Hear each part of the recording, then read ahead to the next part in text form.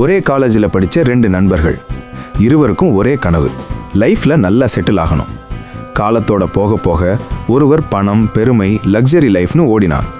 இன்னொருவன் சிம்பிளான வாழ்க்கையை தெரிந்து மனித நிலையும் நிம்மதியும் முக்கியம்னு நினச்சான்.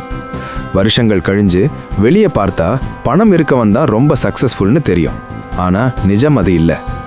இரவு நேரத்தில் பெரிய வீட்டில் தனியாக உட்காந்து தூங்காமல் இருக்கிறான் அவன். மனசு அமைதி கிடைக்கல.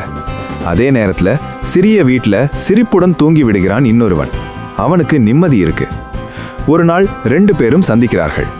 உனக்கு பெருசா ஒன்றும் இல்லை, ஆனால் எப்படி இவ்வளோ சந்தோஷமா இருக்கன்னு கேட்கிறான். அவன் சிரித்து சொன்னது, நான் தேவையான விஷயத்தை புரிஞ்சுக்கிட்டேன், அதனால எனக்கு அமைதி இருக்கு. நீ தேடிக்கிட்டதில் அது இல்லை. அந்த வார்த்தை கேட்ட உடனே அவனுக்கு ஒரு உண்மை புரியுது.